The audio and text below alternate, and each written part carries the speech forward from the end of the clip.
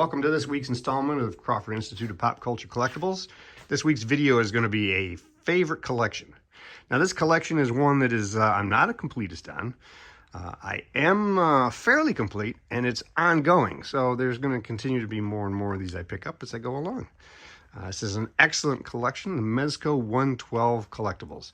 Now, the 112 series what is this? Exactly what it sounds like. They are 112 scale. And we're going to start by looking at their stuff they did that is in-house properties, like Gomez there, swinging down on his rope.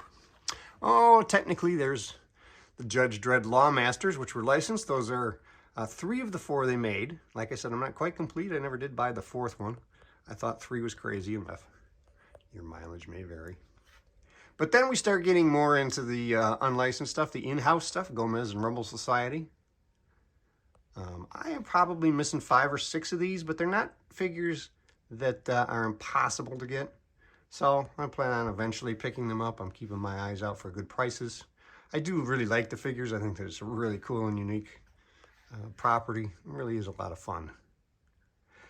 They also did a ton of weird licenses, off-the-wall stuff. One here, one there. Some of these are absolutely fantastic, like the Popeye and the Conan. They did a nice set of Star Trek that I'm sorry that ended, as well as a series of horror. My favorite might be the Nosferatu, but they hit up 80s horror and some Universal Monster horror as well, with the Frankensteins and the Frankenstein playset back there in the back. Now, over on this side of the shelf, we have the original Gomez they did, long before their property was as crazy as it is today, along with a few other little Mezco doodads, ring, silver, and some buttons for Mezco down along here with some Star Trek buttons, because there's Star Trek on these shelves as well.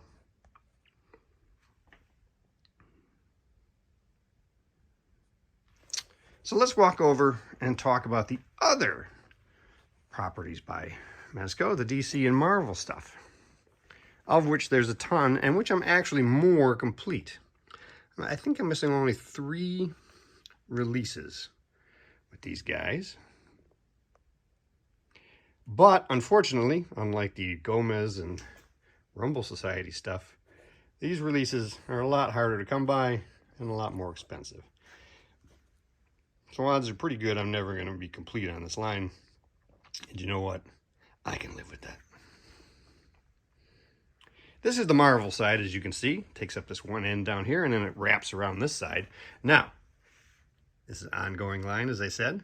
One of the ones I'm missing is the other Iron Man they did, MK42. Have all of the Punishers, of which there are many.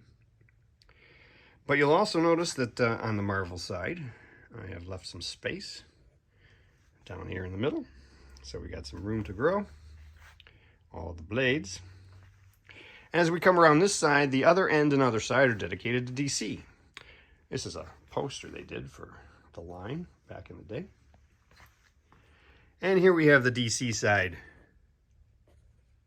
including all of their Batman, all of the Jokers, various Harleys. Now, when I put these up, I like all the poses, no problem with that, but I didn't use Quake Putty on them like I did with the other figures in the other shelf area. So now I'm going to go back through and repose all these using Quake Putty again. Although many of the poses I'm going to keep because I do actually like most all the poses I have here. Some of them pretty straightforward, a few of them more dynamic. But I think they all show the figures off nicely, including the new Batman. And a nice open space there. So, there you have the Marvel and DC set of 112 collectibles. And that's this week's favorite collection. Enjoy!